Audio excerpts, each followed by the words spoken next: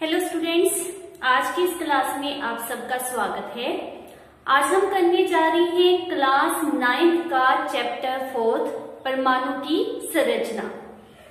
तो यहाँ पर आज हम डिस्कस करने क्या जा रहे हैं, बोहर्स मॉडल ऑफ एटम। जैसा कि आपने पिछले लेक्चर में पढ़ा था कि बोहर के मॉडल आने से पहले हमारे पास विभिन्न वैज्ञानिकों के द्वारा अपने अपने मॉडल पेश किए गए। सबसे पहले हमारे पास मॉडल आया था which is known as plum pudding model, जो हमारे पास कौन से वैज्ञानिक के द्वारा दिया गया था, थॉमसन के द्वारा। उनके द्वारा मेंशन किया गया था कि जो हमारे पास एटम होता है वह गोलाकार होता है और उसमें सारा धन आवेश फैला हुआ होता है। जो इलेक्ट्रॉन्स होते हैं उसमें एम्बेडेड होते हैं, मींस धसे हुए होते हैं, वह मूव नहीं कर सकते। उसके बाद हमारे पास वैज्ञानिक रदरफोर्ड के द्वारा मॉडल दिया गया। वह model Rutherford model scattering experiment के ऊपर बेस्ड था। उनके द्वारा नाभिक की डिस्कवरी हुई, एज वेल एज उन्होंने हमारे पास मेंशन किया कि जो इलेक्ट्रॉन है वह धसे हुए नहीं है, वे मूव कर सकते हैं और लगातार तेज स्पीड से वो नाभिक के अराउंड घूमते रहते हैं। यह मॉडल काफी हद तक ठीक था, परंतु इसमें भी कमी पाई गई। वो कमी क्या थी कि जैसे जैसे इलेक्ट्रॉन मूव करेगा तो वह एक्सेलरेटेड हो जाएगा, मीन्स त्वरित हो जाएगा, जिसके कारण वो लगातार एनर्जी को लॉस करेगा। और लॉस करता हुआ क्या होगा, उसका जो घूमने का, चक्कर लगाने का एरिया है वह कम होता जाएगा। लगातार उसकी घूमने की कक्षा छोटी होती जाएगी और एंड में क्या होगा, वह आकर नाभिक में, न्यूक्लियस में गिर जाएगा। तो इसका मीनिंग क्या है कि इस समय हमारे पास कोई एटम होना ही नहीं चाहिए। क्यों? क्योंकि इलेक्ट्रॉन तो नाभिक में जाकर गिर गया, खत्म हो गया। तो फिर एटम की स्थिरता का हम कैसे मेंशन कर सकते हैं? इस प्रॉब्लम को सॉल्व करने के लिए हमारे पास सन 1913 में नील्स बोर के द्वारा एक न्यू एटॉमिक मॉडल दिया गया, जिसे हम नाम देते हैं बोहर्स मॉडल ऑफ एटम। इस मॉडल के द्वारा रदरफोर्ड मॉडल की जो कमियां थी उनको दूर किया गया। बोहर मॉडल के अकॉर्डिंगली, या you can say Niels Bohr scientist के अकॉर्डिंगली, इलेक्ट्रॉन को नाभिक के अराउंड घूमने के लिए एक बल चाहिए होता है, जिसे हम कहते हैं अपकेंद्रित बल। अब वह बल कहां से आएगा? जैसा कि हमारे पास रदरफोर्ड के द्वारा मेंशन किया गया था कि नाभिक में प्रोटॉन्स होते हैं और उनके ऊपर आवेश कौन सा होता है, पॉजिटिव। उसके बाहरली तरफ इलेक्ट्रॉन प्रेजेंट है और उनके ऊपर आवेश कौन सा है, नेगेटिव। अब पॉजिटिव और नेगेटिव इन दोनों में आकर्षण बल होगा। इसी आकर्षण बल से इलेक्ट्रॉन्स को अपकेंद्रित बल मिलता है, जिसके कारण वो लगातार नाभिक के अराउंड घूम सकते हैं। और ये इलेक्ट्रॉन जो होते हैं वो ऐसा नहीं है कि किसी भी कक्षा में घूम सकते हैं। नाभिक के अराउंड अलग अलग कक्षाओं में अलग अलग ऊर्जा का स्तर होता है, किसी में ऊर्जा कम है और किसी में अधिक है। जैसे जैसे हम नाभिक की तरफ आते हैं तो ऊर्जा जो है वह कम होती जाती है, मींस जो नाभिक के नजदीक कक्षा होती है उसमें ऊर्जा सबसे कम होगी। जैसे जैसे नाभिक से हम दूर जाते जाएंगे ऊर्जा की मात्रा बढ़ती जाएगी। और जो इलेक्ट्रॉन है वह ये नहीं होता कि किसी भी कक्षा में आ सकते हैं। इलेक्ट्रॉन एक निश्चित कक्षा में ही चक्कर लगा सकते हैं। तो नील बोर के द्वारा सबसे पहली बात जो समझाई गई वो यह थी कि जो इलेक्ट्रॉन होते हैं वे केवल कुछ निश्चित कक्षाओं में ही चक्कर लगा सकते हैं, जिन्हें इलेक्ट्रॉन की विविक्त कक्षा कहते हैं। क्या कहते हैं? विविक्त कक्षा। तो इलेक्ट्रॉन की अपनी मर्जी नहीं होती कि वो किसी भी कक्षा में घूम सकते हैं। उनको एक स्पेसिफिक कक्षा दी जाती है जिसमें उन्होंने चक्कर लगाना है। जैसे हम स्कूल में देखते हैं, विद्यार्थी के मेंटल लेवल के अकॉर्डिंगली, उनकी कैपेबिलिटी के अकॉर्डिंगली, उनकी एज के अकॉर्डिंगली उन्हें डिफरेंट कक्षाओं में रखा जाता है। ऐसा नहीं होता कि जो 5th क्लास का बच्चा है वो 10th क्लास में आकर बैठ सकता है और वो वाली पढ़ाई कर सकता है, ऐसा नहीं होता। उसी तरह से ये इलेक्ट्रॉन भी नाभिक के अराउंड एक डेफिनेट कक्षाओं में ही घूम सकते हैं। उन्हें हम नाम क्या देते हैं? इलेक्ट्रॉन की विविक्त कक्षा। दूसरा पॉइंट, जब इलेक्ट्रॉन इस विविक्त कक्षा में चक्कर लगाते हैं तो वह बिल्कुल भी ऊर्जा का लॉस नहीं करते, वे ऊर्जा का विकिरण नहीं करते। इलेक्ट्रॉन रदरफोर्ड के अकॉर्डिंगली नाभिक में क्यों गिरा था? क्योंकि वो रेगुलरली ऊर्जा को लॉस कर रहा था। लेकिन बोहर ने हमारे पास क्या टर्म दी कि इलेक्ट्रॉन जब एक निश्चित कक्षा में घूम रहा होता है तो वह इलेक्ट्रॉन एनर्जी को लॉस नहीं करेगा। तो जब उसकी एनर्जी उतनी रहेगी तो वह नाभिक से आकर नहीं टकराएगा। तो इट मीन्स बोहर साइंटिस्ट के द्वारा एटम की स्टेबिलिटी प्रूव की गई।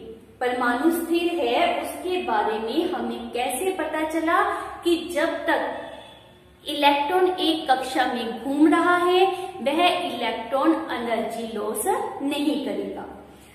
यदि बाहर से उसे एनर्जी मिल जाती है, मान लेते हैं किसी आउटर सोर्स के द्वारा इलेक्ट्रॉन को एनर्जी मिल जाती है, तो वह अपनी निचली कक्षा से, क्योंकि अब उसकी एनर्जी बढ़ गई, तो वह अपनी निचली कक्षा से जंप लगाकर अबव कक्षा में जितनी एनर्जी उसको मिली है उस अकॉर्डिंगली अबव कक्षा में मूव कर जाएगा।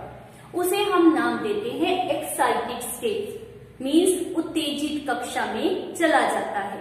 परंतु यह अनस्टेबल कंडीशन होती है, वह इमीडिएटली एनर्जी लॉस करेगा और वापिस अपने जो ग्राउंड लेवल होता है, जो उसकी नॉर्मल कक्षा थी, वहां पर वह आ जाएगा। तो यह एटम की स्थिरता कौन से साइंटिस्ट के द्वारा प्रूव की गई? By Niels Bohr scientist. इन कक्षाओं को ऊर्जा स्तर भी कहा जाता है। क्यों कहते हैं? क्योंकि हर एक कक्षा की ऊर्जा या एनर्जी जो है वह फिक्स होती है। जैसे मैंने पहले भी बताया, जो कक्षा नाभिक के नजदीक होती है उसकी ऊर्जा कम होती है। जैसे जैसे कक्षा अवे फ्रॉम द न्यूक्लियस होती जाएगी, मीन्स नाभिक से दूर होती जाएगी, उसकी ऊर्जा, उसकी एनर्जी जो है वो बढ़ती जाती है। इसी कारण हम इन विविध कक्षाओं को नाम क्या देते हैं? ऊर्जा स्तर का। As well as Bohr scientist के द्वारा इन्हें नाम दिया गया एन का। कक्षाओं को रिप्रेजेंट करने के लिए हम सिंपल क्या यूज करते हैं? एन।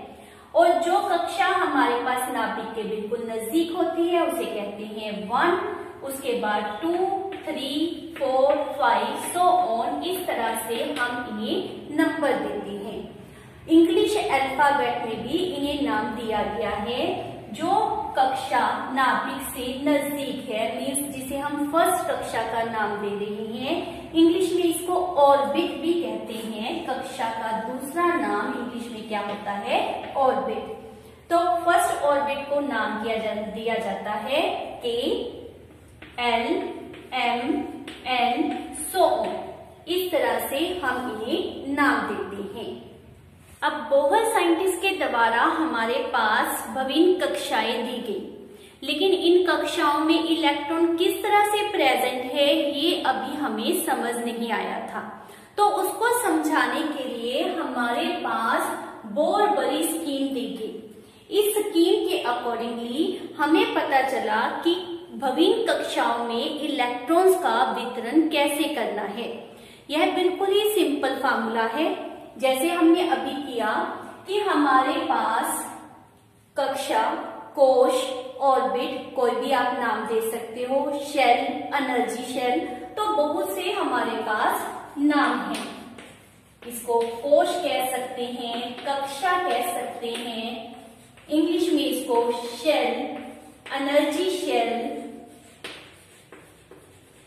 और ऑर्बिट का नाम दिया जाता है। क्लियर? हमने इसको किससे रिप्रेजेंट किया था? By symbol N. तो हम एन के द्वारा विभिन्न कक्षाओं में प्रेजेंट इलेक्ट्रॉन की संख्या को पता कर सकते हैं। तो इलेक्ट्रॉन की संख्या को पता करने का हमारे पास तरीका क्या है? इलेक्ट्रॉन की संख्या कैलकुलेट करने के लिए सूत्र होता है हमारे पास 2n²। सिर्फ आपने इस फार्मूले को याद करना है और आप विभिन्न कक्षाओं में कितने इलेक्ट्रॉन प्रेजेंट है उसको इजीली कैलकुलेट कर सकते हो।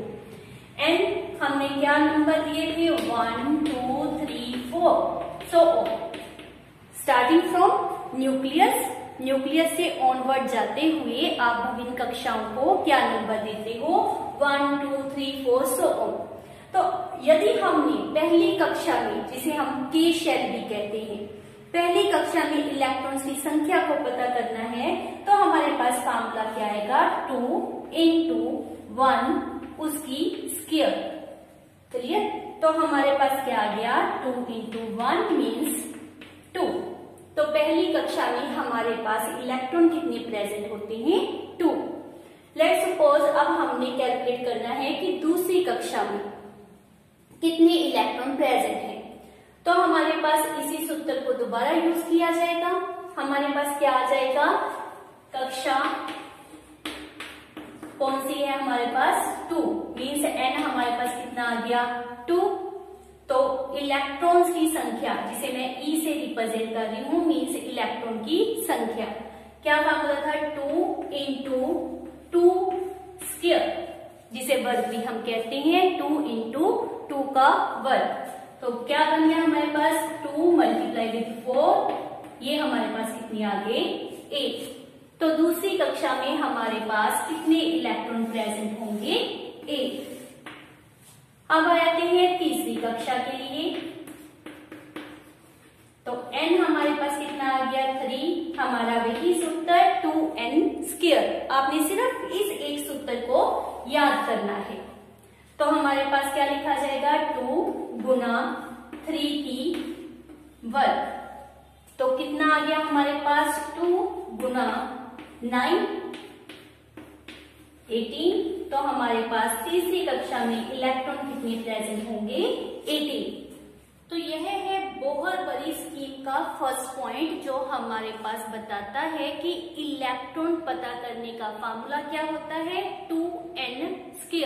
और n का मतलब क्या होता है? कक्षा की संख्या, जो क्या हो सकती है? 1 2 3 4 सो ऑन, जो भी नंबर आपके पास दिया जाता है। दूसरा इसका point that is also very important, कि जब हमारे पास किसी एटम, किसी परमाणु की बात की जाती है, मान लेते हैं उसमें हमारे पास 2 कक्षाएं हैं, तो एक को हम नाम क्या देंगे? आंतरिक कक्षा, और दूसरी को क्या कहेंगे? बाह्य कक्षा मीन्स बाहरी कक्षा। और बाहरी कक्षा में ऑलवेज इलेक्ट्रॉन मैक्सिमम कितने आ सकते हैं? 8।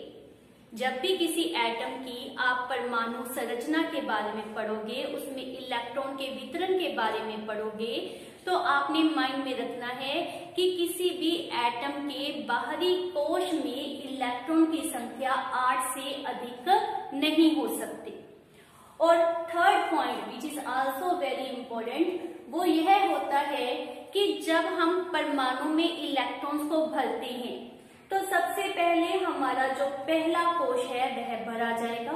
जब वह पूरी तरह से भर जाएगा, देन इलेक्ट्रॉन जो है उससे नेक्स्ट कक्षा में एंटर करेंगे। मीन्स हमारी सबसे पहले पहली कक्षा भरी जाएगी। जब इसमें इलेक्ट्रॉन पूरी तरह से भर जाएंगे, तो नेक्स्ट इलेक्ट्रॉन किस में एंटर करेगा? सेकंड कक्षा में। जब यह पूरी तरह से भर जाएगी, तब इलेक्ट्रॉन इससे नेक्स्ट कक्षा में एंटर करेगा। तो इट मीन्स क्या है कि कक्षाएं जो है वे क्रमानुसार भरी जाती हैं। ये नहीं होता कि रैंडमली कहीं पर भी आप इलेक्ट्रॉन को फिट कर दो। इलेक्ट्रॉन को भरने का एक मेथड है। सबसे पहले भीतरी कक्षा को भरा जाएगा, फिर उससे नेक्स्ट सब्सिक्वेंटली इस तरह से प्रोसीजर होता हुआ हमने सभी कक्षाओं को भरना है। तो यह है हमारे पास बोहर-बरी स्कीम के 3 पॉइंट। दोबारा से रिवाइज कर ले। फर्स्ट पॉइंट हमें क्या मेंशन करता है कि इलेक्ट्रॉन्स की संख्या का सूत्र क्या होता है, 2n²। इसी तरह से कक्षा 4 के लिए यदि हम कैलकुलेट करना चाहते हैं तो हमारे पास आप इजीली निकाल सकते हो। इलेक्ट्रॉन की संख्या कितनी आ जाएगी, 2 गुना 4 की पावर 2 मीन्स 2 गुना 16। तो इलेक्ट्रॉन हमारे पास कितने आ जाएंगे, 32।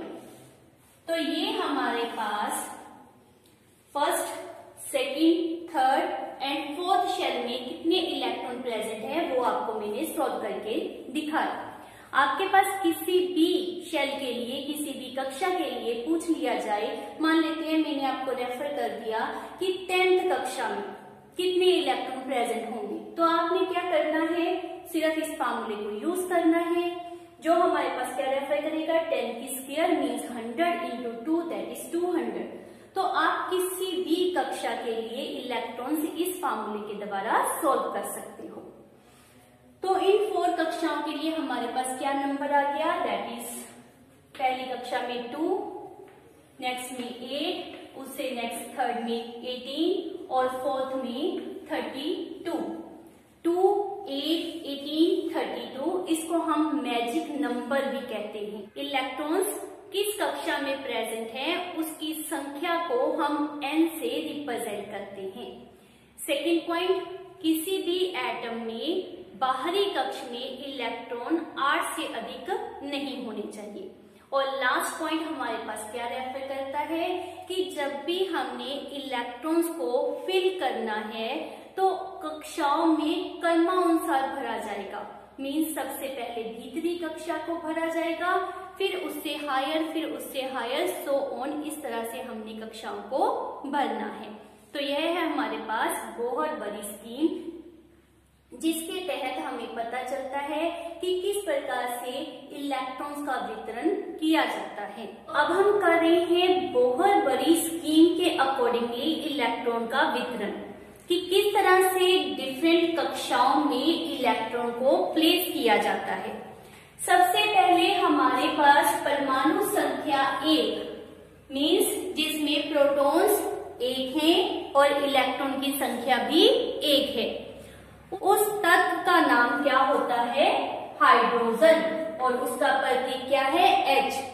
अब एक इलेक्ट्रॉन है तो वह कहां पर आएगा, कक्षा K में, और यह हमारे क्या है, बिल्कुल एम्प्टी। परमाणु संख्या 2, तत्व का नाम क्या होता है, हीलियम, प्रतीक He। अब इलेक्ट्रॉन हमारे पास 2 हैं और K शेल में मैक्सिमम कितने इलेक्ट्रॉन आ सकते हैं, 2, और ये हमारे पास क्या होंगे, बिल्कुल खाली। नेक्स्ट परमाणु संख्या 3, तत्व का नाम होता है लिथियम, Li। अब इलेक्ट्रॉन 3 है और K कक्षा में सिर्फ कितने इलेक्ट्रॉन आ सकते हैं, 2। तो इसमें 2 इलेक्ट्रॉन आने के बाद अब रह गया 1 इलेक्ट्रॉन, तो उसको हम किस में प्लेस करेंगे, जब हमारे पास K शेल पूरी भर जाती है तो next electron enter into the L shell, तो L में 1 इलेक्ट्रॉन प्रेजेंट होगा और उससे अब जितनी भी शेल्स होंगी वो क्या होंगी, ऑब्वियस है एम्प्टी होंगी। आप उसको मेंशन करो या ना करो, मीन्स इलेक्ट्रॉनिक वितरण अगर हमसे पूछती है तो इसकी K शेल में 2 इलेक्ट्रॉन होंगे और L शेल में 1 इलेक्ट्रॉन होगा। नेक्स्ट है हमारे पास नंबर 4, बेरिलियम, Be इसका सिंबल होता है। अब हमारे पास इलेक्ट्रॉन कितने हैं, 4, तो K शेल में 2 इलेक्ट्रॉन और 2 इलेक्ट्रॉन L शेल में प्रेजेंट होंगे, जैसा कि आप देख ही रहे हैं। हम इसी प्रकार से जिस तरह से यहाँ पर इलेक्ट्रॉन रिप्रेजेंट किए हैं उसी प्रकार इन गोलाकार कक्षाओं में और बिट्स में इलेक्ट्रॉन को बिंदु के द्वारा रिप्रेजेंट कर रही हैं और उनको रिप्रेजेंट किया गया है। नेक्स्ट है बोरोन, परमाणु संख्या 5, मीन्स इलेक्ट्रॉन 5 है इसमें। तो 2 इलेक्ट्रॉन के शेल में, के भर गया, अब 3 इलेक्ट्रॉन किसमें होंगे, एल शेल में। हमारे पास परमाणु संख्या 6 और इसके ऊपर हमारे पास बहुत ही कॉमनली, बहुत ही इंपॉर्टेंट आपका पूरा एक चैप्टर 10th क्लास में इसके ऊपर है, कार्बन तथा उसकी यौगिक। तो यह है हमारा कार्बन, 6 इलेक्ट्रॉन होते हैं। सो कॉन्फ़िगरेशन, जिसको इलेक्ट्रॉनिक वितरण कहते हैं, वो हमारे पास क्या आ जाएगा, 2 4। इसमें कोई इलेक्ट्रॉन नहीं है, इसलिए ये हम सिंबल डैश खाली का रिप्रेजेंट कर रहे हैं। नेक्स्ट है 7 नाइट्रोजन, नाइट्रोजन में 7 इलेक्ट्रॉन है, तो क्या आ जाएगा 2 5। के शेल में 2 इलेक्ट्रॉन, एल शेल में 5 इलेक्ट्रॉन। नंबर 8 के ऊपर हमारे पास क्या होता है, ऑक्सीजन, जो हम सांस के द्वारा अंदर लेते हैं। ऑक्सीजन वो डाइऑक्सीजन होती है, O2 इसका कंपाउंड होता है। यहाँ पर हम इसका एलिमेंट रिप्रेजेंट कर रहे हैं, दैट इज O। 8 इलेक्ट्रॉन, तो भीतरी कक्षा में हमारे पास 2 इलेक्ट्रॉन और बाहरी कक्षा में 6 इलेक्ट्रॉन प्रेजेंट होंगे। नेक्स्ट है नंबर 9, एलिमेंट का नाम है F, मीन्स फ्लोरीन। F उसका सिंबल होता है। और के शेल में 2 इलेक्ट्रॉन और इसके बाहरी कोश में 7 इलेक्ट्रॉन प्रेजेंट होंगे। नेक्स्ट है number 10, name is neon. Neon noble gas है, अक्रियाशील गैस है, इसके बारे में हम फर्दर भी डिस्कस करेंगे। और इसके भीतरी कक्ष में 2 इलेक्ट्रॉन और बाहरी कक्ष में 8 इलेक्ट्रॉन। अब जो एल शेल है वह हमारा भर चुका है, जैसा कि हमने बोहर-बरी के रूल में किया था कि एल में मैक्सिमम कितने इलेक्ट्रॉन आ सकते हैं, 8। तो यह हमारे पास एल शेल नियोन में जाकर कंप्लीट हो जाता है। तो नेक्स्ट इलेक्ट्रॉन किस में आएगा, इन द एम शेल। तो 11th एलिमेंट के ऊपर हमारे पास फिलिंग किसकी स्टार्ट हो जाती है, एम शेल की। एटॉमिक नंबर, परमाणु संख्या हमारे पास क्या है, 11, और नाम क्या होता है उसका, सोडियम। ये लैटिन लैंग्वेज से लिया गया वर्ड है, जिसका सिंबल क्या है, Na। ऑब्वियस है यह नाम से ऑब्टेन नहीं हो रहा, इसका लैटिन लैंग्वेज में नाम Na से शुरू होता है, इसीलिए इसका प्रतीक Na है। तो हमारे पास 11 इलेक्ट्रॉन को किस तरह से फिल करेंगे, इसमें 2 इलेक्ट्रॉन आ गए, ये फिल हो गया। नेक्स्ट 8 इलेक्ट्रॉन इसमें, यह भी कंप्लीट हो चुके हैं, जैसा कि हमने नियोन तक किया था। तो नेक्स्ट इलेक्ट्रॉन हमारे पास किसमें आएगा, एम शेल में। तो एम शेल में अब कितने इलेक्ट्रॉन प्रेजेंट है, 1 इलेक्ट्रॉन। नेक्स्ट है नंबर 12, मैग्नीशियम, प्रतीक उसका क्या होता है, Mg। इलेक्ट्रॉन 2 8 2। उसके बाद है परमाणु संख्या 13, एल्यूमिनियम, सिंबल क्या है, Al। 2 इलेक्ट्रॉन के में, 8 इलेक्ट्रॉन एल में और 3 इलेक्ट्रॉन एम शेल में प्रेजेंट होंगे। Number 14 now is silicon. Silicon की यूज आपको पता है, सोलर सेल में बहुत यूज होता है, मेटेलॉइड होता है यह। और इसमें हमारे पास के में 2 इलेक्ट्रॉन, एल में 8 इलेक्ट्रॉन, ये तो कंटिन्यू हमारे पास आएगा ही, बिकॉज ये कंप्लीट हो चुके हैं। अब है 14, तो 4 इलेक्ट्रॉन जो लेफ्ट है वो कहां पर आएंगे, in the M shell. Next 15, phosphorus, symbol P, 2 8 5। Next is 16, sulphur, symbol S, 2 8 6।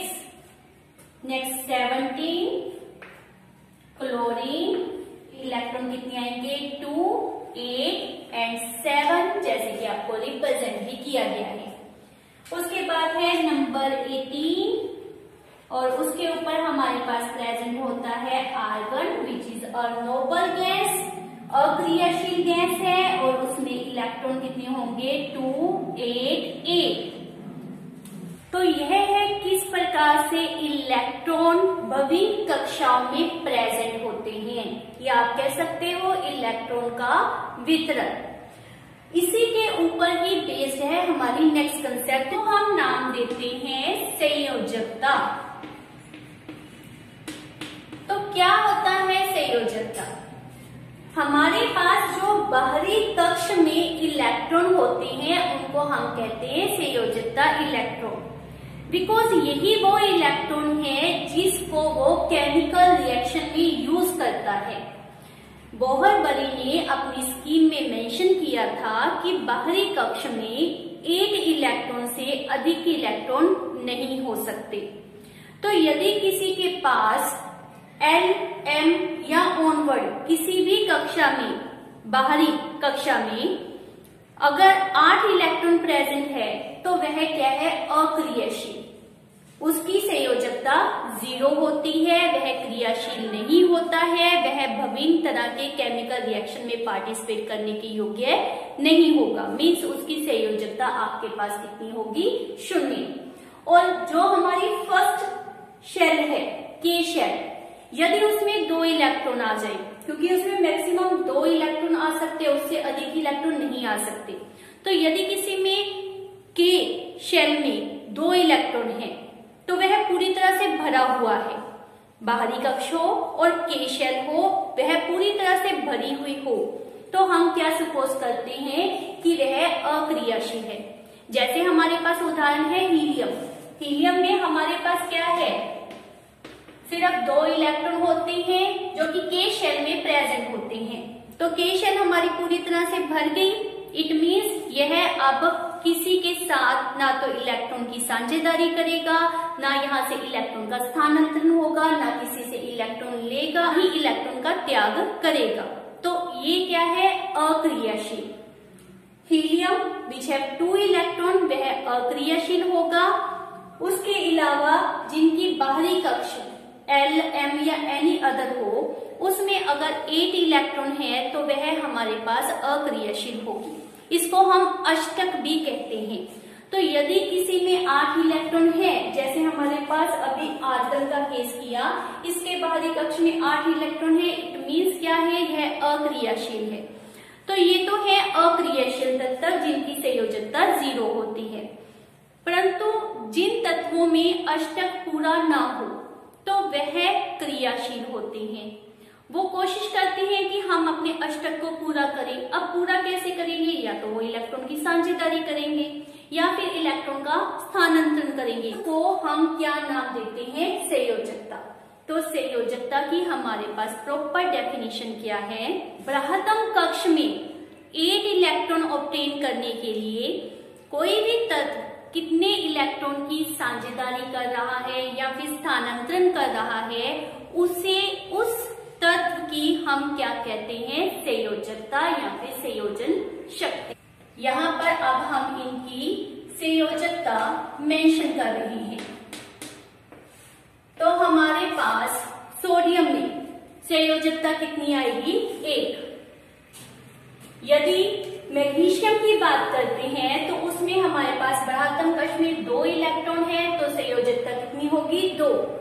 Aluminium में 3 इलेक्ट्रॉन है तो संयोजकता 3। और अगर पर सिलिकॉन की बात करते हैं तो उसमें 4 इलेक्ट्रॉन है तो उसकी संयोजकता कितनी होगी, 4। तो यहाँ तक हम क्या रूल लेकर आए हैं कि यदि बृहत्तम कक्ष में 4 या 4 से कम इलेक्ट्रॉन है तो बृहत्तम कक्ष में जितने इलेक्ट्रॉन हैं उससे आपको उसकी संयोजकता मिल जाएगी, क्योंकि इतने इलेक्ट्रॉन का त्याग करके, 1 इलेक्ट्रॉन का त्याग करके अब बृहत्तम कक्ष उसके पास कितना आ गया, L, और 8 इलेक्ट्रॉन वाला, मीन्स वह कंप्लीट है। इसलिए इसमें अपने अष्टक को पूरा करने के लिए वह 1 इलेक्ट्रॉन को ही लॉस करेगा। नेक्स्ट में 2 को, इसमें 3 को, इसमें साझेदारी करके अपने 4 इलेक्ट्रॉन को वेदर किसी को दे रहा है या फिर ले रहा है, 8 इलेक्ट्रॉन वह पूरे कर सकता है।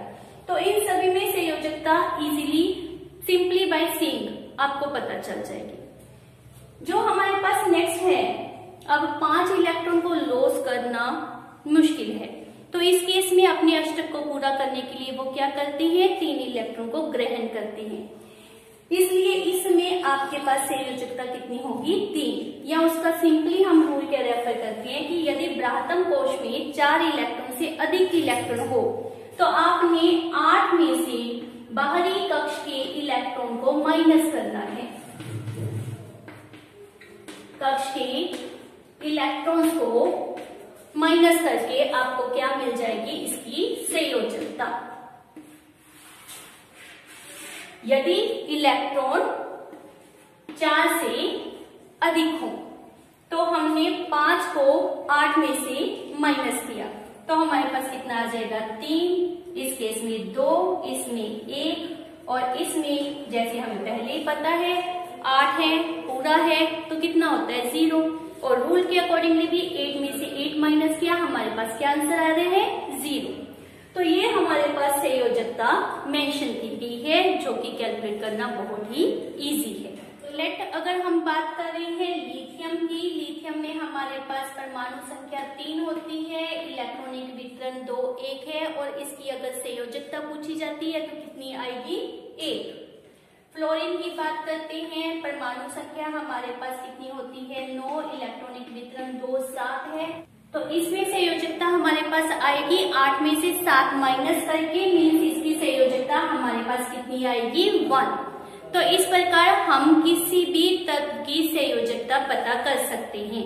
तो आज का हमारा लेक्चर बहुत ही इंटरेस्टिंग रहा, जिसमें हमने बोहर्स मॉडल के बारे में पढ़ा, न्यूट्रॉन डिस्कवरी, इलेक्ट्रॉनिक वितरण which is very important not for this one class, in future भी 10+1+2 मतलब इन फ्यूचर जो भी आप क्लास कर रहे हो, अगर आपने केमिस्ट्री को समझना है तो आपके पास ये इलेक्ट्रॉनिक वितरण बहुत ही इंपॉर्टेंट है, इसको अच्छी तरह से आपने लर्न करना है। So thank you for watching my video.